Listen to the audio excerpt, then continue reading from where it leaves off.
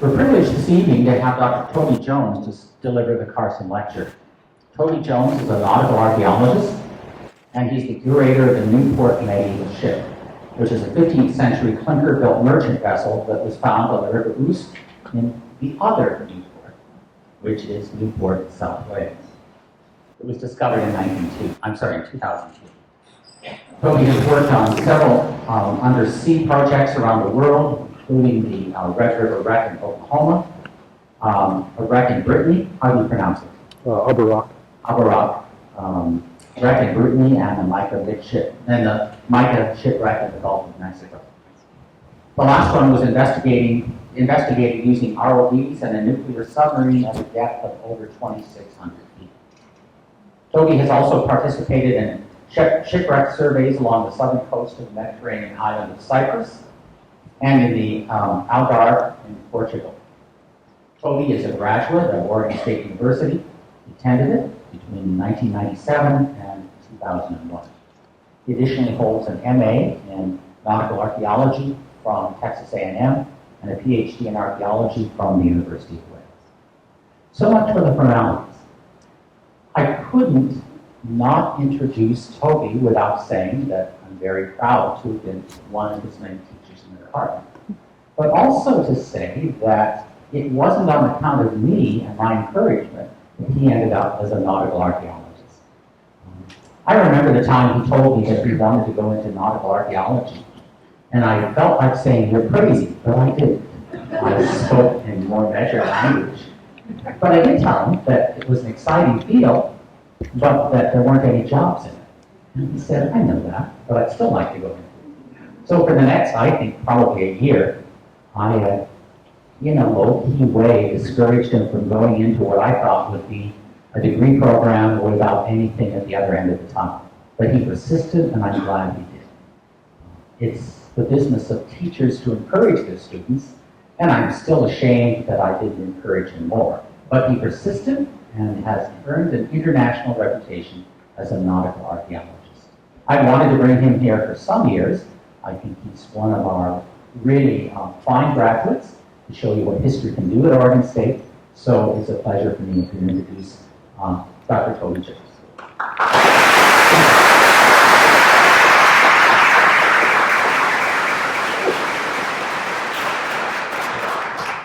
Well, thank you for that introduction, Gary. I'm very happy to be here, and it's quite an honor to be back here at OSU. Can you all hear me okay in the back? Good? Right. I don't think I've ever spoken anywhere with a balcony, so I don't know where to look.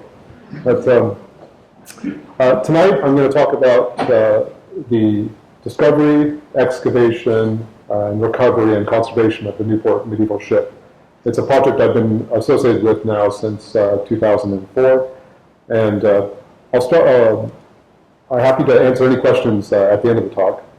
So put your hands down, and I will. I'll tell the story chronologically. I'll start with the discovery, and then we'll move on to the excavation, and the recovery, the documentation, and then a bit about conservation, and then talk about bringing that up to speed with where we're at today in terms of the research and preservation of the hull, and then also tell you where we're headed with this project and what we hope to achieve in the next few years. So, that being said, let's jump right in. In the summer, can you see that at all, the pointer? Okay.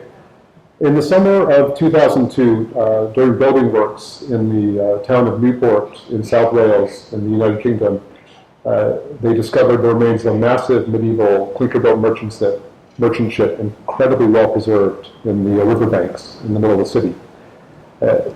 This is what you would have seen if you were able to go on site. We have the hull of the ship, that the sediment's been cleaned out. We're looking at something that's approximately, I'm sorry, I use metric. Around what we have remains-wise, this is around 26 meters in length and around 10 meters in width. And what you see here is the bottom of the hull. We're looking towards the bow here, the stern of the vessel's here. I wish there was a person in this boat to give you an idea of size, but say it's around 35 feet this direction and getting onto 100 feet in that direction.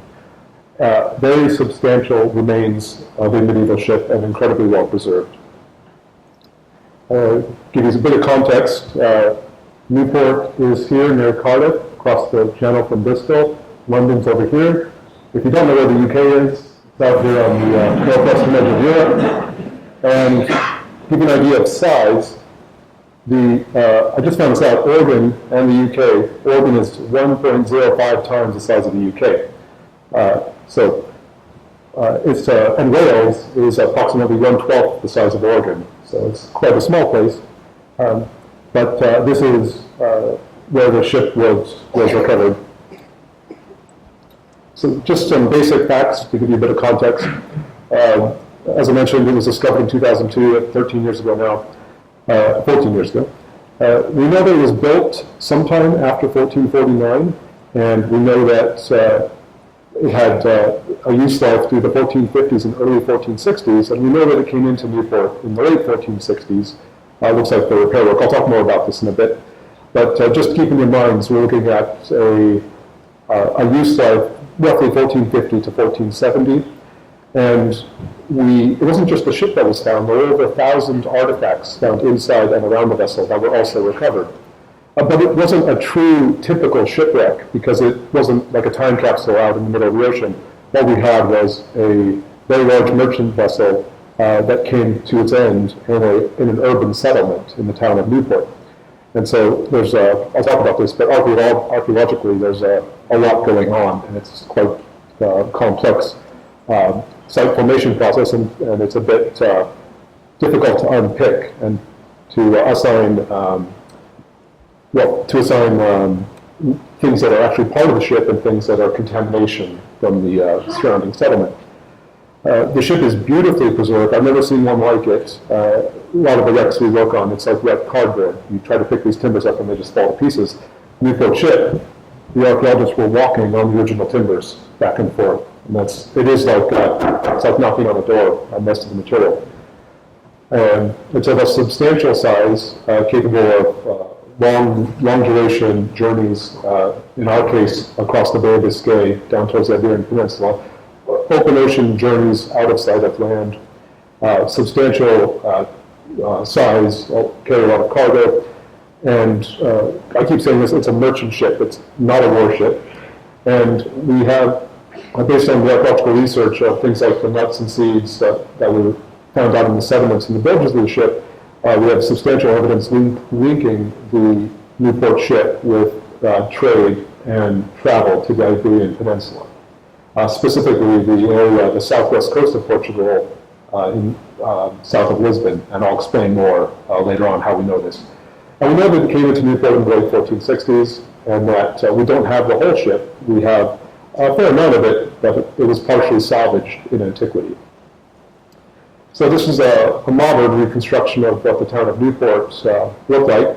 But the River Esk in Newport is a highly tidal river, roughly the size of, say, the Willamette, but extremely tidal. And I believe a high spring tide, something like 41 feet on an astronomical high tide. They say it's the second highest in the world. And so what it looks like happened in the late 1460s is that the Newport ship was in need of refitting, and they brought the ship up the River Esk on an extremely high spring tide, and they turned it into one of these inlets or side channels in the river. And just before they'd done this, they built a crude cradle out of logs to support the ship. And so they built the cradle, and on the high spring tide, they brought the ship in and brought it in and perched it on the cradle. And then they had, for the next 2 weeks, the tides wouldn't reach that high again, and they had a kind of a rudimentary, dry-ish place to work on the ship. And this work commenced, but what happened was it looks like the cradle structure, these big struts and rods supporting the ship, they collapsed on the starboard side of the ship, and the ship heeled over onto its side without that support. And so you have this very large medieval ship. Over on its side, you have a highly tidal river. Within hours, the tide's coming up, and because the ship has slid down the bank a bit, it's now inundated with this incoming tide. And it's a very muddy river as well, so you have all the suspended silt. the ship was repeatedly getting inundated with these big incoming tides, and the sediment is settling out, and it's very rapidly filling the ship. However, it's a very valuable object still. It's a perfectly good ship. We have evidence that they're attempting to right the vessel. They're attempting to drain it. They're putting pumps in it. They're drilling holes, neat little holes in between the frames to try to drain the water to lighten it so that they can try to right it again. But they just can't fight the tide, and they end up in a situation where they have to give up trying to save the ship, and then they switch gears and start salvaging the ship and basically cutting away all the pieces they could still reach, anything that's readily reusable, like the masts and the big cross beams. And also, the ship is clinker built. I'll explain that in a bit. It's fastened together with many wrought iron clinch nails. Well, this metal is perfectly good, and there's a lot of it in the ship, so they're basically salvaging everything they can get, the oak and the iron, out of the vessel.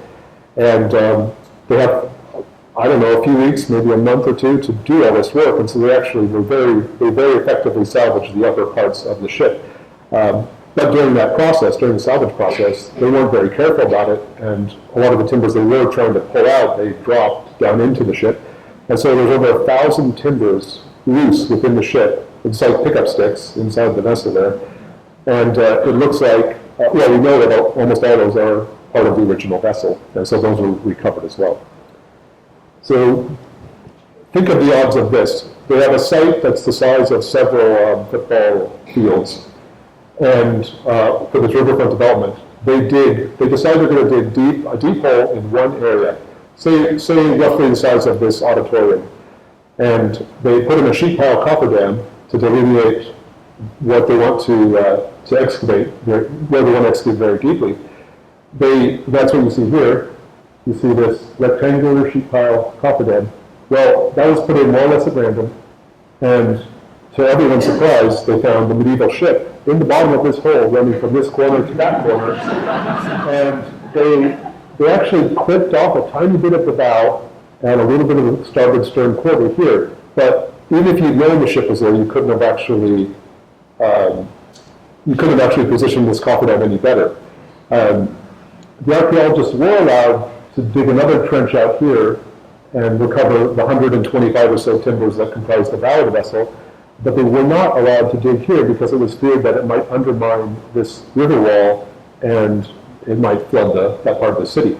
And so, unfortunately, the archaeologists on site didn't recover the entire ship, but they recovered everything that was readily accessible, but now there's this huge blue riverfront theater sitting on the site. So there is potentially still some of the Newport ship there, but it is, for all intents and purposes, inaccessible, at least until this building falls down.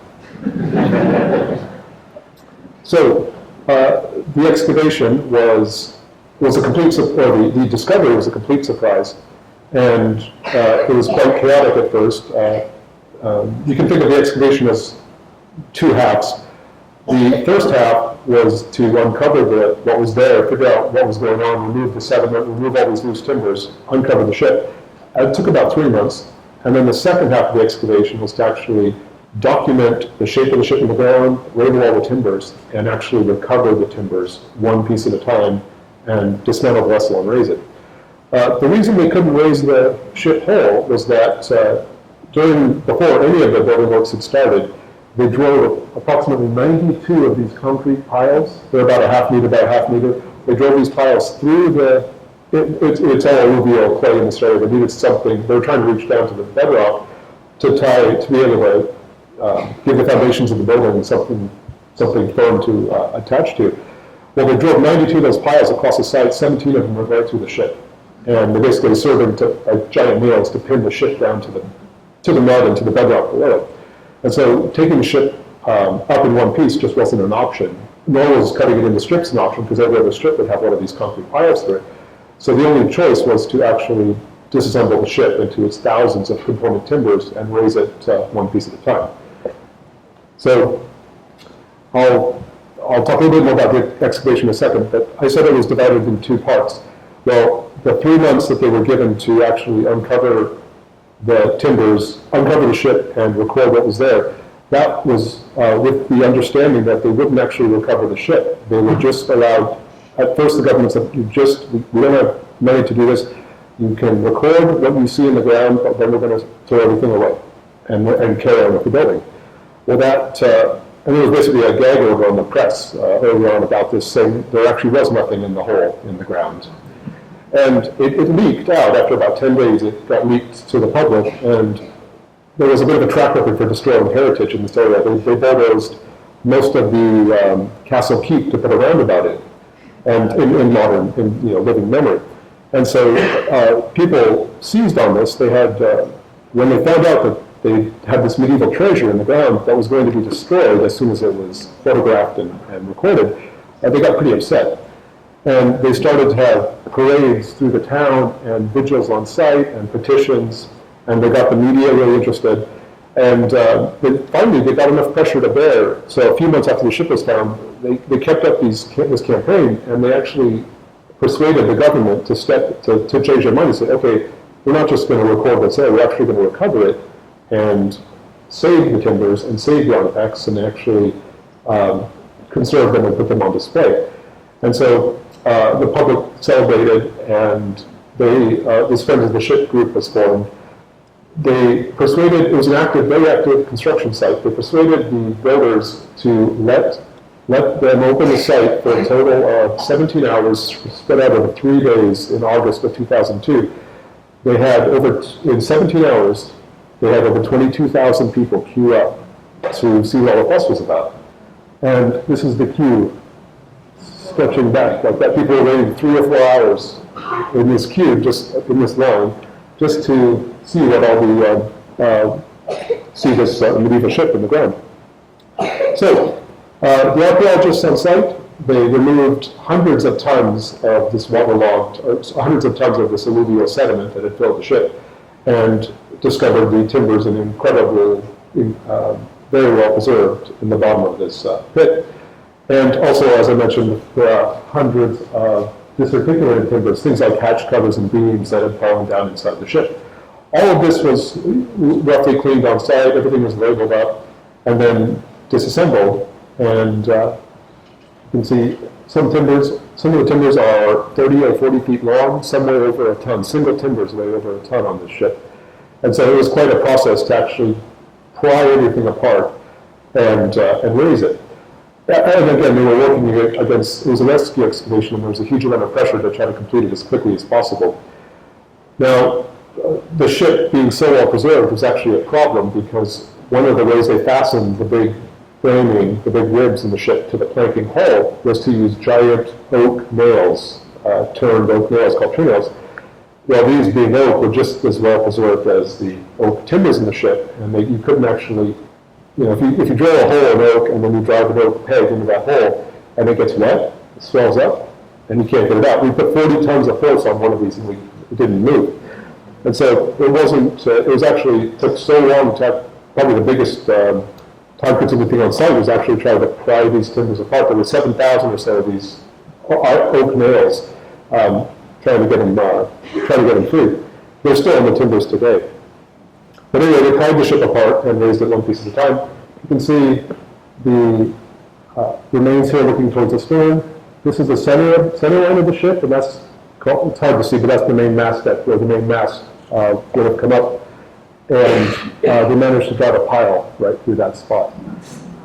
We have much more of the starboard side than the port side, but the starboard side is actually, it's the side that collapsed out of the cradle, so it's a bit distorted, whereas this port side is perfect. The ship was disassembled basically in the reverse order that it was built, and so the last timbers in the 1450s were the first ones out, and they removed the stringers, the framing, and you see the framing here went across. They were left with the big planking shell, and then they labeled all those up and pulled all the planks out. I should back up and say the reason the timbers are so well preserved is down to the burial environment. It's cold, it's dark, it's wet, and there's no oxygen in this alluvial river clay. And above all, those conditions never change. And so when you put something organic in that kind of environment, the clock basically stops, and the timbers reach an equilibrium, and they don't decay. However, things like the iron nails used to fasten the ship together, that's a very bad environment for them, and 99 out of 100 were just completely corroded away to nothing. So actually, the planking shell is attached, the planks are overlap, and they're attached with wrought iron bench nails. You could just peel them apart, one from another. But the framing being attached with big oak, I wish I'd brought one, big oak nails, a nightmare to get apart. And so after well, we're just labeling up the planking here. You can see the runs of planking to remove this. And then they made other discoveries, like this, it's hard to see there, but it's where the main pump was situated in the center of the ship. And the preservation was so remarkable that that's a wicker basket that's been woven and put in the bottom of the pump to act as a filter, to keep things out of the rocks and debris out of the pump. That level of preservation is just unheard of. So the last thing out was the keel of the ship, and that was probably 90 feet or so long. But the problem was it had been hit by a few piles, and so the archaeologists on site, they actually cut the keel into probably 6 or so sections and raised each section up. The entire ship is made from oak, with the exception of the keel, which is beech. And the keel was the one part of the ship that was really like cardboard. And that's because the beech just doesn't preserve well in this type of environment. There were a few other non-oak elements to the ship, but they were non-structural. Everything structural is a very high quality oak. So after the keel was raised, they thought that was it. And then they found the remains of the cradle structure, these big logs. So they pulled up some of the logs for dendrochronological dating. And when they pulled up this one here, that's when they found a human skeleton underneath the log. And everyone thought at the time the poor guy got crushed when the ship fell over, when the cradle collapsed. And it wasn't until about 4 or 5 months later that the radiocarbon dating came back, and this skeleton, it's a 25 to 30-year-old male, very muscular, very strong, 5'6" or something, pretty short. But it actually dates to 180 BC. It's Iron Age. It has nothing to do with the ship. It simply shows that what we call that paleo channel, that inlet where the ship was brought, was in use and was in existence in the Iron Age, if not before. So, very interesting find, but nothing to do with the ship. So, I mentioned some of these loose timbers that were just found in the ship. This is a bird's eye view of the ship here, of the articulated hull in various shades of gray. Everything in color are loose timbers, and with absolutely layer after layer of timbers that rain down inside, over 1,000 timbers. And what we did is we were carefully mapped out, and then we spent a long time basically elevating them back up again and figuring out where they went in the original hull, and that's allowed us to make a very convincing reconstruction of the ship. And that's, we're just lucky they took such good records on site and mapped all this out. If you got the impression that it was clean on the ship, you're wrong. This was typical at the end of a workday in the summer. All the pictures show the ship nicely, all the mud cleaned out, and the timbers hosed down for photo purposes. But this is what life was like on a day-to-day basis. But they're smiling. So that was, in a nutshell, the excavation. Working against time pressures, they recovered the ship as quickly as possible and the artifacts. And they took all that material off-site and eventually into this large warehouse that was about 150 feet by 150 feet, almost like an airplane hangar in size. And in this warehouse were 17 of these large tanks, and the timbers were placed in these tanks in fresh water to keep them wet. You may recognize these tags, what they're used for. Anybody? Cow tags. They're animal ear tags. And every timber was given one of these because they're theoretically impervious to everything. And the idea was we'd tack these in with some nails, and they would stay in the timbers all the way through all of our work and the conservation treatment as well. And so every timber was labeled, they were roughly organized by their function, and the warehouse was filled with these timbers in tanks. So this is the state of the project in 2004, and that's when we actually, the excavation had finished. What happened now is what we call post-excavation research. Now, there's a saying in marine archaeology, naval archaeology, that for every month you spend diving, every month you spend in the field excavating, there can be a year in the lab trying to sort out all the stuff that's accumulated. And to make sense of it, well, say they spent 6 months on site, we're now year 13, year 14, trying to sort it out still. And that should give you an idea of how massive this assemblage is. And not just in numbers, but just the sheer size of some of these timbers. The goal is to conserve the timbers, but to do that, you have to clean them, clean all the corrosion products and the mud off, and you also need to record them. And so what we started in 2004 was a cleaning and recording program, just standard archaeological work. We had a team of 15 of us in this huge warehouse, and a lot of volunteers come and clean the timbers. And you can see we had these cranes and gantries to move, last time I checked, there were 3,120 timbers that we had to deal with, plus 1,000 artifacts. So, and some you can just pick up, but others, the vast majority are, I'd say, are probably, in a few hundred pounds or more, and just too much for people to lift, although we tried. So the timbers, when they were pulled out of the ground, they were quite muddy, and they were covered with the corrosion products from the wrought iron fasteners that had largely disintegrated, that had stuck to the timbers. Well, we had to uncover the original surface detail. We wanted to see the edges of the timbers, where the fasteners were. And so to do this, we used dental tools and water, and then we would use little hammers and dental chisels to chip all this kind of crust away and uncover the original surface of the timber. And what we were after were things like the tool marks visible on the timbers and the edges. And it was painstaking work, but it was important because it wasn't just the fasteners we were interested in, it was also the marks, the inscribed lines and the tool marks that were still preserved on the timbers. We do carpentry, we mark the timbers with a pen and pencil, and then we cut or drill. They didn't do that in the medieval period. They actually scored the timbers with the edge of a knife blade or an awl or a chisel, and made some grooves. Well, those marks are perfectly preserved on the timbers, and there's thousands of these marks, both inside the ship and even on the outside. The ship, the outside of the ship that gets the wear, the marks are still preserved. And we have lots of geometric, we have marks that come to points, we have arcs, and this is telling us there's so much information in these marks in terms of design and construction sequences. So it's very important that we understand, we try to extract all this information to help us understand how they built these ships. Because we don't have any blueprints or plans, we don't have treatises from this period.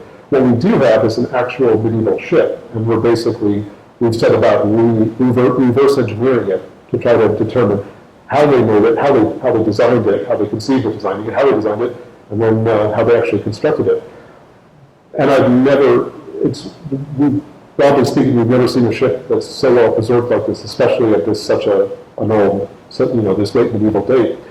To give you an idea, I hope you can see this. The nails, when they drove the nails, when they're fastening the ship together, they drove the nails in so hard that they crushed into the timber and left a mark where the nail was there until the nail rusted away, and that crush mark is all that remains. But we can determine exactly the size of that nail head and exactly where the shank went through the timbers. But even more than that, this is the level of preservation we have. Can you see the star here? That's the trademark, the maker's mark on the underside of the nail head. When the blacksmith made it, that was his mark, standing proud on the underside of the nail head. That mark is transferred over into the timber, and it's still preserved today. And we didn't believe this for the first dozen of these we found, and it was only after many, many times of seeing this that we actually thought it's actually real. This mark is we're only talking a couple of millimeters deep, so it's pretty remarkable preservation, both on the surface of the timber. And also, I mentioned tool marks. We can determine by looking carefully at these various striations and scallop shapes and lines on the timbers, you can determine what tool was used to shape it, and you can also determine even where the person was standing and the direction of work. And so we took care in documenting all of these marks, these repeated axe strokes, and saw marks. So just very quickly, it's fairly obvious, but why wood? Well, the ship is made almost entirely from oak, and oak is a perfect material for doing this because depending on where the oak tree is growing in Western Europe, if you have an oak tree that's growing by itself, like in a hedgerow, it grows a relatively short trunk in the middle of the field. Just go look next time you see a solitary oak tree. A relatively short trunk, and then it starts throwing branches out. And if you look at a forest that close oak trees that are growing quite close together, you have longer, straighter trunks and a smaller canopy, and because they're competing with each other as they grow up, and so from these trees that grow in a hedgerow or a solitary oak tree to a forest, you can get two very different, same species, but two very different structures of tree. But from these two different trees, you can get all the shapes you need to build a ship. We need long, straight planks. We need long, straight beams. So we also need V-shaped timbers and L-shaped timbers for all the shapes you need in the ship. And so from one material, depending on where it's growing, you can get all the pieces you need to build a ship. And like I said, there were thousands of pieces in the Newport ship, and that equates to hundreds of oak trees. And we know that,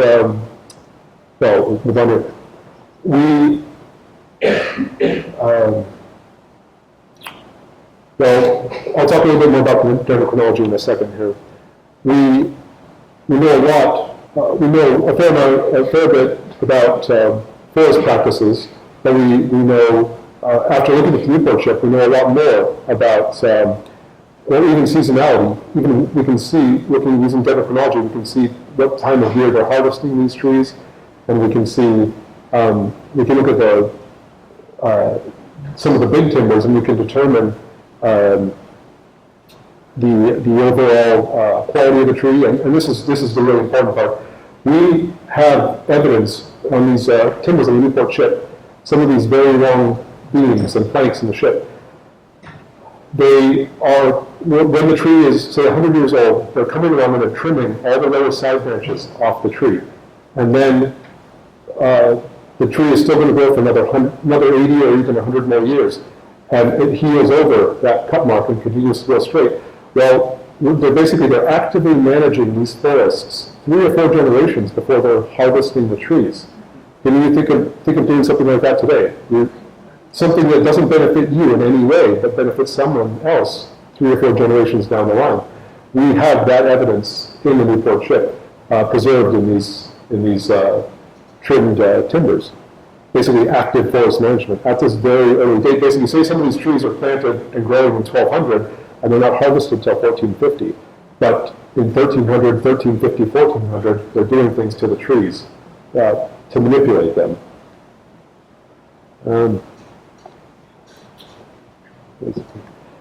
I always hesitate. I don't know how much to talk about shipbuilding, because it's so complicated. But the Newport ship it's clinker built, and what that means in very basic terms is that you build the shell of the ship first, and you do that by, you start with the keel, and you add the planking, and you add a plank, and then you add another plank to the outside of that. They overlap a little bit, and when those overlaps, they like shingles on a roof. They run wrought iron quench nails through those, and basically they run a nail through, and they put a square washer on the inside and pin it over, basically like a rivet. And that's how they build the shell of the ship to a point, and they add framing to strengthen it, and they build more shell, and then add more framing, and they finish up the ship. You're probably more familiar with the modern way of shipbuilding, where you build the frame first, the skeleton of ship, and then you just put planking on it. That is arguably a post-medieval invention, that more modern style of shipbuilding. The Newport ship is a tradition of shipbuilding, this lap straight or clinker shipbuilding. It dates back to even before the Vikings. It's been around since, Newport ship, say it's built around 1450. clinker shipbuilding has been around over 1,000 years, and it was perfected by the Vikings, and probably the Newport ship represents one of the largest ships you can build and using this type of technology. That little diagram here shows, it's a cross-section through two ships. You can see the overlapping planking on a clinker hull, and you've got the flush leg planking on a carvel hull. And these are the big wooden tree nails that are used to fasten the plank. The tree nails go through the plank into the frame, and then the wrought iron nails penetrate, go through the planks and clamp them together. So just to give you an idea how much work it is to build a ship like this, I mentioned you need hundreds of oak trees to do this. You might get 16 planks out of an oak tree that's 180 years old, but the Newport ship has probably 1,000 planks in it. And you need numerous cross beams and knees and stringers, longitudinal strengthening members. So you need a lot of timber.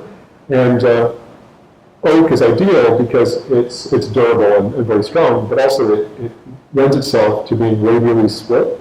And what that means is you can start with a log. It's very much, think of splitting firewood. You start with a log, and you don't need force, you need skill. You simply exploit the oak's tendency to radially split. And you start by driving wedges in and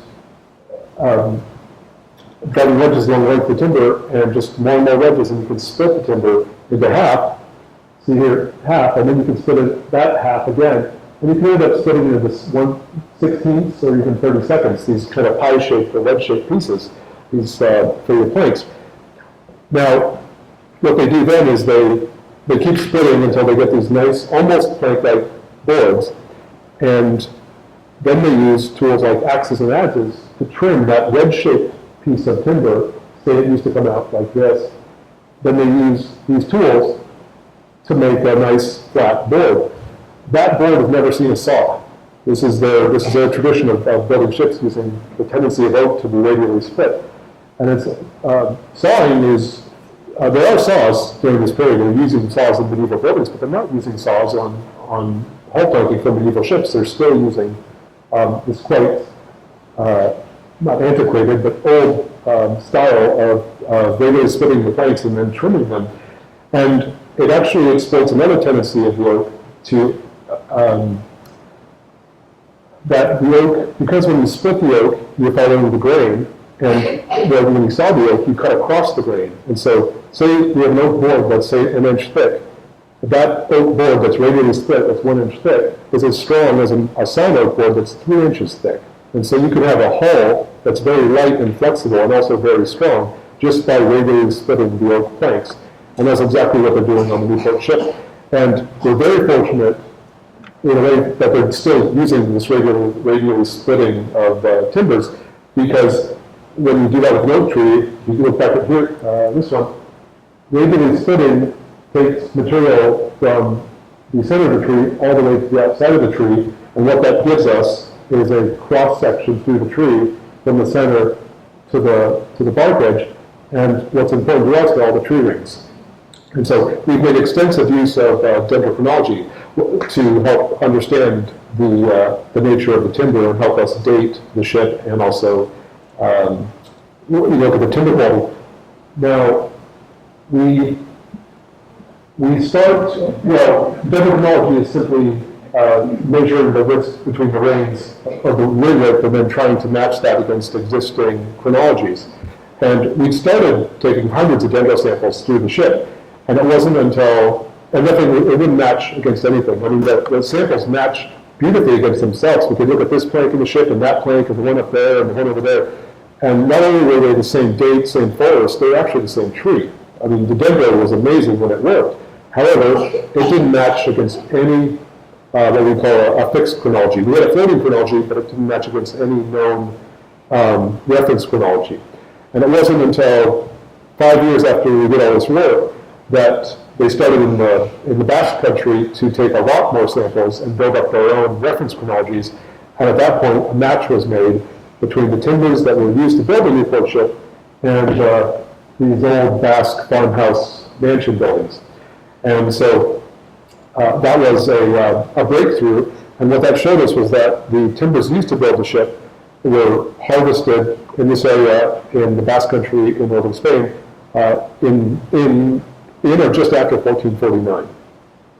And to give you an idea of where we are Newport ships here, the timbers were growing in this region in the corner of you have the Bay of Biscay here, you have France, and you have Spain here, and the timbers were from this area here. Interestingly, they're not from right near the coast. They're actually 60 to 80 miles inland from the coast, but there's very steep river systems, and it looks like they're harvesting this material and transporting it using water down to these shipbuilding areas right along the Basque coast there. And so the dendrochronology was used extensively, and it allowed us to figure out the beginning, approximate build date of the vessel, but it also allowed us to date that cradle structure that the ship was found on, as well as we found timbers inside the ship as well, and they were loose timbers, and they also gave us these dates of 1468, 1469, 1470, and so we know that the cradle was built in 1468, ship was brought in sometime before 1469, and then it started to get infilled. So we have a pretty good handle on the use life of the ship. Also, when they repaired the ship, they added timbers to the ship. They weren't able to pry out timbers that were cracked or rotten because everything's overlapped in the ship. All they could do is put basically like a patch over the damaged area. And again, using these radially split oak planks, well, those timbers are excellent for dating, and they show their harvest dates are in the late 1450s, early 1460s, primarily British and Irish timbers, and it helps us fill in details about the use life of the ship. So, enough about wood science. Once we cleaned the timbers, we had to document them. We had to make drawings, and we decided we had thousands of timbers. We could have made one-to-one scale tracings of every single timber, but we decided we'd need another warehouse just to store these one-to-one scale drawings of all the sides of the timbers. And we instead used a digital documentation system known as a contact digitizer. It's like a pen or a pencil. You hold it, and as you actually physically drag the tip of the probe along the edges of the timbers, it keeps track of that position of that tip in three-dimensional space and exports those coordinates, thousands of coordinates, or hundreds of coordinates a second. It exports that three-dimensional information into a drafting program, and it allows you to create three-dimensional wireframe drawings of each timber in real time, incredibly quick and incredibly accurately. And you can also use laser scanning. So this is the compact digitizer in use. As you draw all the lines, it builds up a three-dimensional model of the timber, and you can also laser scan the surface of the timber and records very accurate surface detail, and all that data can be integrated into these three-dimensional digital models of every part of a timber. And it's this 3D data that you create is incredibly versatile, as you'll see. And so at the Beacon project, we had 4 of these recording stations set up in the warehouse, and we basically operated like a giant factory, like an assembly line. We had teams of people cleaning timbers, we had teams of people recording timbers, other people photographing the timbers, and it took about 3 years just to do this phase of the project. Last time I counted or added up the numbers, which was 2012, just this post-excavation phase of work, we've done over 120,000 hours of work in this warehouse. And like I said, that's 3 or 4 years ago, so I need to update that. But a huge amount of time went into this. And that three-dimensional data, though, was incredibly useful to us because, and this is back 2006, 2007, early days for 3D printing, very much experimental at that point. But we partnered up with Cardiff University there in Wales. We would email them our three-dimensional drawing that we'd created, this three-dimensional model of the timber, and they would 3D print it for us and post it back to us in the mail. And so we'd email them our 3D file, and then a couple weeks later we'd get a whole box of parts back that were 1 to 10 scale, perfect replicas of the ship timbers, and we then set about building a 1 to 10 scale model of the Newport ship using these incredibly accurate model pieces. You can see the alternative would be try to whittle, thousands of pieces with painstaking accuracy. We didn't have to do that using something called laser sintering. We were actually able to create these model timbers, even with these 1 millimeter fastener holes and these scarps and bevels. And I think we were pleasantly surprised to see that the ship, it just went together like it was supposed to. I mean, the holes lined up perfectly, and we built a 1 to 10 scale model. It's still over close to 10 feet long, I'd say.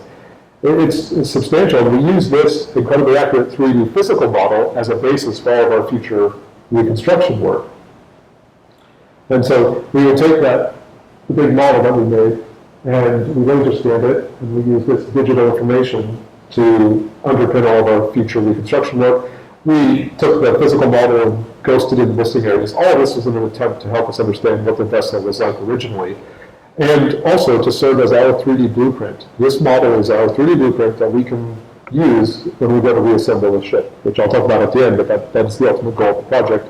And it's an incredibly valuable resource for that purpose. Also, the public love it when they come into the ship center because it really helps them understand the size and shape. We have little 3D printed people at the same scale. And so it really helps. You can see, you see the people. So it really helps you understand. And lots of computer modeling as well. I mean, all this digital modeling wasn't even thought of when we started this project. I mean, we had good quality source data, but we didn't know the potential of it at the time. It's only these massive increases in computing power and the developments of CAD software that have allowed us to create these models and allowed us to basically rebuild the ship digitally and ghost in missing areas and make up new parts.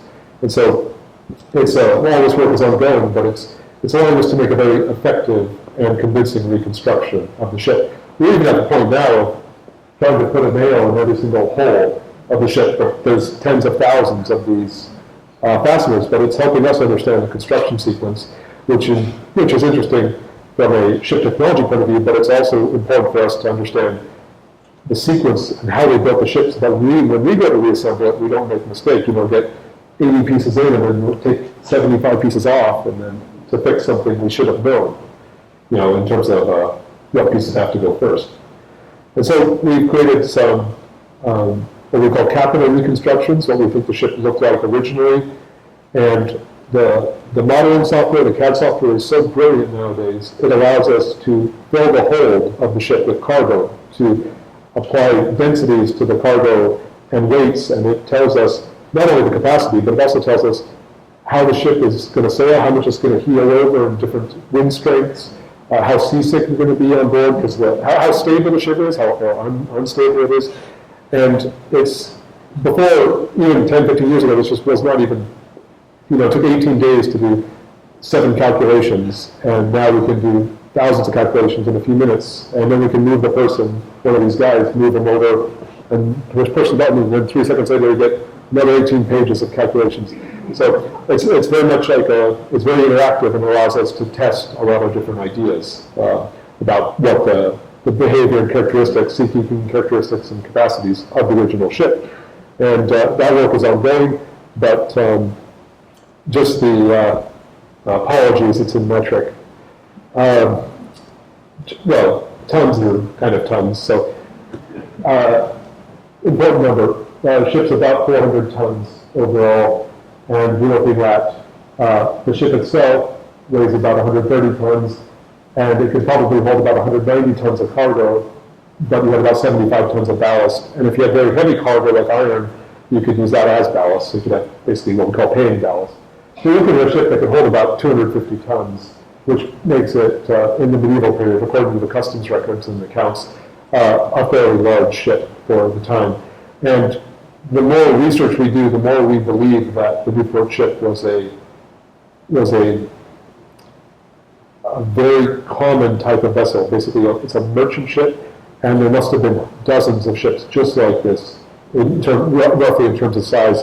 It's like we would say the bog standard merchant ship, the run-of-the-mill merchant ship for this period. However, it's the only one that's ever been documented, recovered and documented, preserved at this level. So really, it's the only one that's ever been studied to this extent. And there's so much information that it's given us, and that's helped to fill in gaps in the historical record, both challenges the historical record and complements it. And we believe that, and I'll talk more about this in a bit, but we believe the ship was primarily engaged in transporting wine and also iron between the southern part of Britain and the coast of Portugal. And this is based on a lot of the environmental evidence, the nuts and seeds and pottery, but engaged in the wine trade. And you can see the kind of capacity that a vessel like this can hold. So I've talked a lot about the ship. I want to just switch gears and talk a little bit about some of the artifacts we found and how that's helped us understand more about the people who were sailing the ship, who owned the ship, and more about daily life during the late medieval period. So I remember I said we brought all the timbers to the warehouse. They sat there for a couple of years, and we started work on them in 2004. And it was only, I think, 2006 or 7 we got around to cleaning the keel of the ship. The keel is the backbone of the ship. Is the first piece they put down. Is that piece of beach that wasn't very well preserved. Well, the forwardmost section of that timber, its time came and it was put up on the wash table, and they started cleaning it. And the conservator, cleaning here, ran upstairs and said, "I think I found a coin. I think I found a coin." We didn't even move. We didn't believe her, and we just sat there eating lunch, and we ambled downstairs after she wouldn't shut up. So a few of us walked downstairs, and sure enough, there was this silver French coin that had been purposely embedded in the keel of the ship, basically the day it was made. And so when they're building the ship, they put the keel down, and they put the stem post over, or the scarf joint, and over the top front of the keel, and it goes up like this. Well, in that joint is where they put this silver French coin. And it's got a cross on it. I mean, it's not a huge, valuable silver coin, but it's put in there for good luck. And it's, and what's brilliant about it is this coin was only minted for 2 months in 1447. And that was the first real bit of concrete dating evidence that we had. The dendrochronology came a couple of years later. But the records are so good for this mint in Crevier and Rouen in France, they even know the name of the guy with the hammer making the coins. So it's fantastic and great find. We never would have thought, this timber sat in the tanks for years until we got around to it. I mean, usually you'd expect to find a coin in the mast step or something like that, but if you remember, the mast step got hit by one of those big piles. So if that coin was there, it's down in the bedrock now. But at least we managed to find this one. There were also a handful of Portuguese coins found on board the ship. And what we see on the Newport ship, I think I said earlier on, it's not a true typical shipwreck in that life stopped in an instant. It's very different from that. It looks like they had, during the salvaging of the ship, taking the masts out, taking the beams out, hacking away all the upper planking, that they had time to salvage everything that was valuable and of a reasonable size on the ship. And so, for instance, we have stone cannonballs on the ship, but we don't have any guns. We have, there's no sails. There's fragments of what we think are sails, but there's no proper sails. There's bits of cordage, bits of rope, but there's no, coils of it, like you'd see on other ships. No anchors. And everything we have, all these neat little small finds we have, like the wooden combs and the coins, they're all very small and would have been easily lost in the mud. What we don't have are big artifacts, big blocks and pulleys that the ship would have had. Everything that was big and valuable and readily salvageable was taken away. But what they didn't take away was all the mud that was trapped down in the bilges of the ship. So during the use life of the ship, sailing back and forth, you're eating a chicken and you try to throw the bones over the side, they don't make it, they clatter down into the bilges and they collect there. Lots of waste collects down inside the very bottom of the hold of the ship. It was cleaned out a few times, but not very well. And basically, use our daily life stuff accumulates down in the bilges. Well, there wasn't time on site to sift through this stuff in a slow, methodical way. They, in these interframe spaces down the bilges, between each big framing timber, between two ribs, they went down there and they just scooped it all out, put it in buckets, dumped it in plastic builder's bags, and then tied them up, labeled them up, and they came to the ship center, and they sat there for 10 years, these bags full of mud. There were like 400 bags full of mud on the shelves. And it wasn't until about 2010 that we got around to opening these bags and sifting through them. And it was just like the excavation all over again, and the information we learned was incredible, and it was like double what we knew about the ship. And so we basically just re-rutted the samples and sifted through them, and we separated the insects, the animal bones, the pottery, the coins, and then we had a lot of volunteers help with this, but it still took 6 months or more to sort through these samples. But what we found was incredible. I said earlier, the mud preserves things that are organic. Well, insects and seeds and nuts, the animal bones, just phenomenally well preserved. We found, I think the insects report is like 18 pages of very interesting critters found on board the ship. And it gives you an idea what life was like. It's just thousands of flies, human fleas, dog fleas. We have lice, all sorts of various different beetles on board the ship that were found down in the mud. And some of the beetles infest like lentils, but we don't have any millions of lentils, but we have a beetle that infested that. So either as a cargo or as a cargo or as something the crew was eating, but just perfectly preserved in the mud. We have hundreds and hundreds of animal bones, and some of the animal bones. Let's say we had big pork joints, pork shoulder bone found down in the villages. Well, you can see there when they butchered it, they've sawn the bone in half. It was probably salted, kept in casks on the ship. When they went to use it, they cooked it in the galley on the ship. Then they cut the meat off the bone, and you can see those knife marks. So you get the saw marks, and then you get the knife marks across the bone. Then they went to throw that bone over the side, never made it, went down to the villages. Well, that bone then the rats got a hold of the bone, and there's little rat marks all over the bone. And then we find rat bones on the ship. Like, these are rabbit-sized rats, monster medieval rats, on the ship. And we find the mandibles, the jaws, the teeth. These are huge, and the teeth are worn down to nothing. These are like ancient rats. Well, on some of the rat bones, there's scrape marks from a terrier. You look closely at the material. Not us. I mean, we give it to the right specialists, and they can unlock the real, true potential meaning from this material. So. There's a huge variety of animal bones and monster medieval chickens, biggest ones we've ever seen. We had 17 different kinds of fish and shellfish found on board, and some cod over 3 feet in length. And a lot of the bones show evidence of having been, butchered and salted. Is that what you say? You don't butcher a fish. They process that fish and put that, salted, dry it, put it in casks, whatever. We have evidence of that on board the ship. And also they would have been obviously sailing all over the place and would have caught whatever was handy. And we found lots of oyster shells on board, and there were massive oyster beds early on, much earlier in the medieval period. Oysters weren't like a posh food back then. They were just everywhere. But anyway, lots of food remains on board the ship. We've got great examples of nuts and seeds found on board. And this one is key, this kind of relationship I'm just going to sketch out real quick. All those environmental samples, all those bags of mud, 50% of what was in every bag was by volume, was these little tiny green leaves with a couple of little white stripes on them.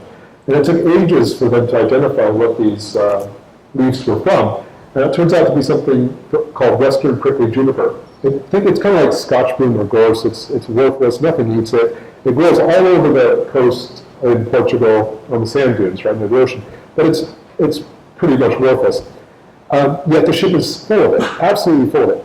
And they also found mixed in with it were these heather flowers, or heather that was in flower, and these things called Portuguese crowberries. Again, they're very regional to this one area. Well, couldn't figure it out for the longest time until you go back and you look at this plant with the structure of it, and you look at its distribution throughout the ship. What they're doing, and we also know the season they're doing it, because this heather flowers in late summer, like late last couple weeks of August, in that part of the world. So it's mixed in. They're harvesting all this, and they just happen to be getting some crowberries and some heather mixed in with this Portuguese western prickly juniper. Well, they're bringing huge amounts of the juniper down to the ship, and they're putting it inside the ship, packing it down in the hold. You think of Gorse and Scotchman, it's like springy. And it's like a big mattress. We call it dunnage. But they're putting this material, huge amounts of it, down inside the ship as a big springy bed, and then they're putting their casks of wine on top of that, and it's protecting it on the voyages across the very rough Bay of Biscay back to Britain. And this fits exactly with what we know about how they're harvesting and preparing the wine in the medieval period. Old wine is undrinkable, it's bad. The wine doesn't last. The new wine, it's made as soon as the grapes are ripe, it's harvested, processed, put into casks, onto the ship. The ships are moored up, ready to go. Their holds are lined with this material, and they're putting the casks in, and they're getting to the UK or Britain as fast as they can, and to sell this wine before it goes bad. And so that's common enough that's attested to in the historical record, and everything we find on the ship complements that. So I mentioned the nuts and seeds. We have things on board like almonds, walnuts, hazelnuts. We've got grapes, probably not as grapes, probably as raisins. We have apples, coriander, pomegranates, flax, mustard, peas, figs. We just found hops on board the ship. We have plant remains reports like 26 pages long. It is just fascinating what was found on board. We even see distribution patterns on the ship. In the front of the ship, it's mostly human food. It's little bits of food that humans would generally eat. However, in the very stern of the vessel, it's odd weed seeds and grass seeds that humans don't eat, but animals do and also use for bedding. And so it looks like they're keeping livestock on board the ship down in the starboard stern, or down in the stern area. And that fits as well because you can't really preserve a chicken, but we find lots of chicken bones on board the ship, but they're probably keeping live chickens and getting the eggs and then butchering the chickens as and when necessary. I think 499 out of the 500 pieces of ceramic are Portuguese medievaware from this period, this middle, good 15th century. And it's not cargo. It's very clear that all these little pots and jars are all fragmented, they're all broken, but they're all different. They represent lids and all different size pitchers and pots. And a lot of them are stained with soot, and we've interpreted that as being pottery that's being used in the galley on the ship, being used by the crew, getting broken, and they're just throwing it away. It's clattering down to the bilges. If it was a cargo, we would more likely expect to see cereal type. We expect to see lots of the same, nests of bowls or many of the same type of object, and we don't see that here. But all Portuguese. And so we are thinking that that this is what I'm talking about. The preponderance of environmental evidence is from this area, and then there's the ships coming up, crossing the Bay of Biscay, could be calling into places like Bordeaux, or the ships up here in the found up here in the Severn Estuary in the Bristol Channel, or the River Us. And the historical records,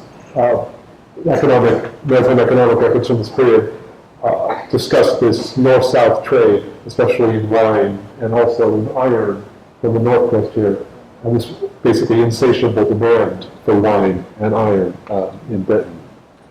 We have probably a nicest assemblage of medieval rigging, things used for the ropes to both basically manage the sails and support the rigging on the ship. We have fabulous small finds like leather shoes, still see the stitching, wooden combs. One of the wooden combs has two sides, one side with coarse teeth, the other side with very fine teeth. Coarse side for straightening your hair, fine teeth for getting the lice out. We've got beautiful turned and carved wooden gaming pieces. We have, one of the tops of the barrels has like a game board carved on it. We've got stone cannonballs. We have this leather shoe. We have about 13 or 14 shoes. This one is great. It's one of those pointy-toed Gouache shoes, pointy toe, that the toe curls back. And it's so well preserved that you can see how they made the toe curl back. They've got moss. When they sewed it up, they packed wet moss in there, and it dried, and it held its shape, held the curl back, perfectly preserved. One of my favorite artifacts, this archer's wrist guard. It's finely worked, very high quality, and it's got a Latin inscription on it. It says arm guard. And but what I like about it is that it's got wear on it, where a person shot it repeatedly, and the string kept hitting, and it's worn away leather right in the center here. So fabulous artifacts like these. We've got parts of a sandgrass that we recovered. We've got armor, parts of an iron helmet, and it's got biblical verse stamped in Latin, stamped in brass, like decoration around it. Really phenomenal. Nothing else like that's ever been found. And things like the remains of a ship's knife as well. Excellent preservation. I mentioned earlier the pumps. We have 4 pumps from at least 4 different parts of the ship. And you think about it, you're sailing these big ships across the open ocean in the medieval period. No Coast Guard, no weather forecasting, nobody to call if you're in trouble. You have to basically fend for yourself and have everything on board you need to keep afloat and get from A to B. Well, what we see is pumps here and there. I mean, all wooden ships leak. Newport ship seems to be incredibly well made, but it still has these 4 pumps on board. And everything in these pumps, they're basically a hollowed out tree trunk with a lever valve and a plunger. Very simple, but very effective. But what we see is, and they're entirely handmade, but what we see is that we find pump parts in the bow and the stern, everywhere on the ship. They're all exactly, to the millimeter, the same size. I mean, they're turning these parts and boring these things out by hand, but they're all made to some sort of template. When you think about it, basically it's interchangeability. They need the spare for a certain critical part of the pump, and they're carrying that, but they don't need to carry 4 different ones. It's all standardized. We wouldn't normally, I'd say we wouldn't expect to see that during this period. But on this ship, technologically speaking, there was a high degree of standardization in something like the pumps. For those of you that are interested in history, we have one very tenuous link to the historical record, and that is, well, I should back up and say, the 1450s, 60s, 70s, the Wars of the Roses in the UK. Over no time, but it's complicated. But you have Newport, for instance. You have Newport changing hands. You have battles going back and forth across the area. And we have a letter. One of the key players in the Wars of the Roses was the Earl of Warwick, also known as Warwick the Kingmaker. We have a very interesting letter from the Earl of Warwick, 1469, saying, "Fix my ship in Newport." And it says in the letter here, here's supplies and materials and money for you guys to fix my ship in Newport. It doesn't name the ship, and it's all circumstantial, but the date is spot on, and Warwick was a total pirate. He was borrowing French ships out of the Channel, and certainly could have borrowed this one and brought it to Newport. But we don't have a name for the ship, but we have lots of irons in the fire, and lots of historical work is taking place. But we focus on the archaeology, on the we were trying to sort the archaeology out first, and the history can come second and help fill it all in. So we have, if you're really interested, there's quite a few publications on the Newport ship. There's a couple of articles in the International Journal of Nautical Archaeology. One big one about the history of the ship project. About the whole everything we know about the ship. And then there's another one specifically on the dead chronology. So if those are things that really interest you, these are out there. And you can come and talk to me afterwards. I can point you in the right direction. I even bought a few copies if you're really, really interested. We have a policy on the Newport Ship Project of open source, open access to all of our data. And so part of this archiving, because we've done everything digitally, all of our photographs are digital, all of our drawings are three-dimensional CAD drawings, everything's digital in some way or another, we've actually created an online archive for the whole project. And I think it's about 14,000 files are now uploaded to the Archeology Data Service in the UK. And so all of this research that we've done is free, and it's up there for anyone who wants to go look at it in further detail. So just Google Newport ship ADS, and you'll find that. Just Google Newport ship, and you'll come up with these areas. I mentioned, remember we did the insects, the plant remains. We had probably 40 or so of these specialist reports. All of these reports, if you're interested in the human skeleton, there's like 400 pages written on it. Everything you didn't want to know about it, that is in the online archive for free, that report. So any aspect of what I've talked about tonight, it's all there for free in these detailed reports.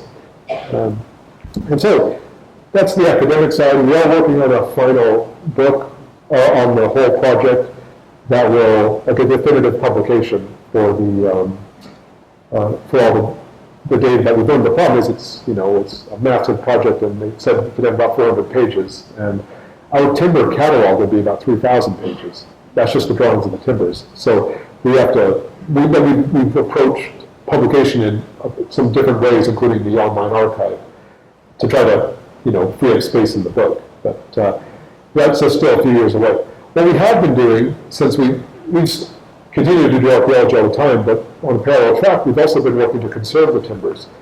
And remember I said they were waterlogged? They basically soaked up a huge amount of water, and they had suffered some decay. Think of the wood cells as like a can of Coke. Each wood cell is a can of Coke. When the can of Coke is closed, it's solid, you can't crush it, but you open the can of Coke and you pour it out. That's what like the wood cells, basically they've been opened and the contents are gone. They don't have much strength. But what you can do is you can fill the wood cells and the spaces between the cells with something called polyethylene glycol, a water-soluble wax. And then you can freeze dry it, and set that wax, the water will come out, the wax will stay behind. And imagine if you filled a Coke can back with like candle wax and then hardened, that would be strong again. That's what we're doing with Newport ship. On a cellular level, we're soaking the timbers in these various waxes, and then we're taking them out of these wax and water solutions, loading them into vacuum freeze dryer, pushing the button, and what that does is you freeze the timbers, and then you apply a vacuum, and you very slowly warm the timbers up, and during the warming up process, the ice crystals sublimate and go from a solid straight to a vapor without passing through the liquid phase, and in doing so, they leave the timbers without damaging the cellular structure. And so that process is ongoing. You can see the problem there is it's a bit of remember those huge warehouse full of tanks? It's got 40 loads, and the problem is a load takes like 3 months. So we have 2 of these big machines working around the clock, filled with medieval ship timbers, and that work is ongoing. We've probably dried 40% of the timbers at this point, and they're going to get another machine, the company that's doing this, so we expect to be completed with conservation in about 2.5, 3 years' time. And at that point, we're going to have pallets and pallets and another warehouse full of dried ship timbers. And the timbers are really remarkable. They're as hard as a rock, and you can still see those inscribed lines on the surface, the narrowhead impressions. And what we're doing is we built a big, inside the room, we're storing the dried material in these controlled storage conditions until we get it all done. And the idea is that we then take all of these timbers and set about reassembling the ship. Now, and the idea is that the reassembled ship will be in a museum hall that you can go right up to. It's not going to be in a glass case. It's going to be in a room like this. You just need some simple environmental controls, and the ship will be stable. That's the advantage of this type of preservation process, is that the end product is something that you can display in a normal environment. And so, just to give you an idea of where we're headed, there are a number of ships on display in Northwestern Europe, archaeological ships that have been recovered, conserved, and reassembled. However, they all seem to suffer from problems, and there's very much a very steep learning curve. There are very few of these projects, but we're lucky in that we've come after some of these other major projects. For instance, we have the Bremen Cog here. They rebuilt it, but they didn't do enough support on it, and it started to collapse, so they had to intervene and put up some pretty ugly steel work to try to hold the thing up. And so learning from their mistakes, we need to build a different style of cradle. And, there's lots of options here, and we're working on this right now.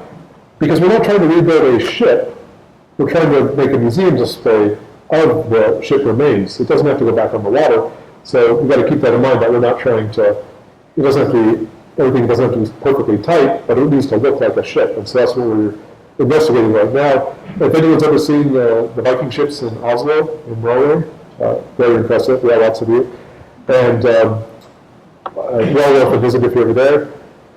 This is another one that's ongoing right now, the Dual Cog in Antwerp, huge 13th century cog they found upside down in a filled-in channel.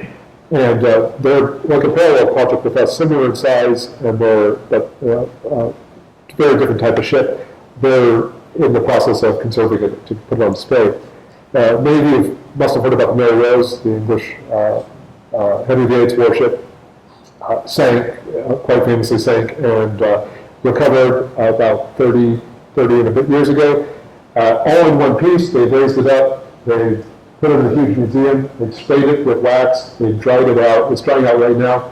They built a huge new museum here in Portsmouth, and the ship's on display, and they got, I want to say 1.2 million visitors in the first year they were open, and they're expecting about half that. And so the public love these type of things, and so they're a victim of their own success. They've had to close and try to make, a way to get more people through there more quickly.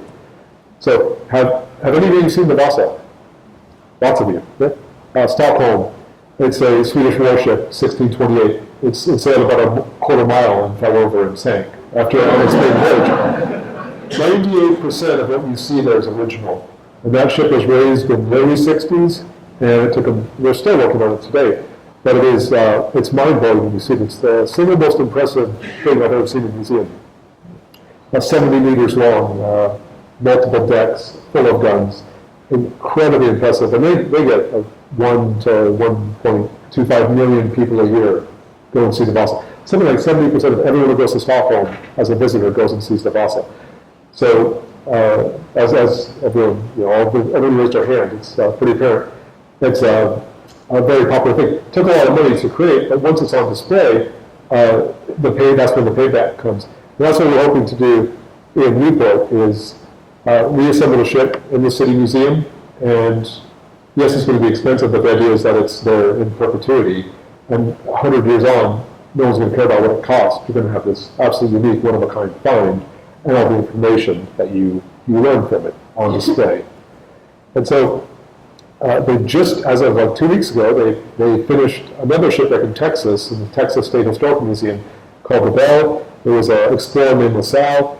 Again, this was 1686. The vessel sank there in Texas.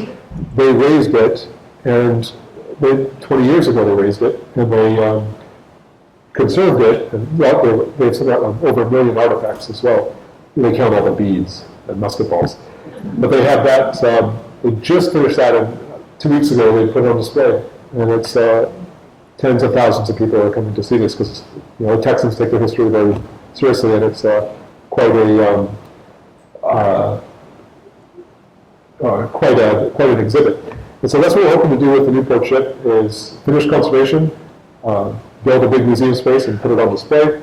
And that's a few thousand people might be interested in the academic side of it, but all the government money we've had, all this public support, what they really want to see is the ship reassembled. And so that's what we're pushing for. So if you ever get the chance, we are still working in Newport, and if you want to come and visit, we're a couple hours west of London, you're welcome to stop by and have a tour of the facility. And in 4 or 5 years' time, we should have this thing reassembled and put on display, and in perpetuity. And so that's when the payoff comes. So just a few more years. It's been 2002 till now to get the archaeological information out and get conservation more or less completed. But we have a singularly important international find here, and we've been doing meticulous, painstaking work for over more than a decade. But we are, you can see the light at the end of the tunnel. We're quite close now, and we should have a fantastic museum display in just a few years' time. Well, that's the Newport ship in a nutshell. So Happy to answer questions.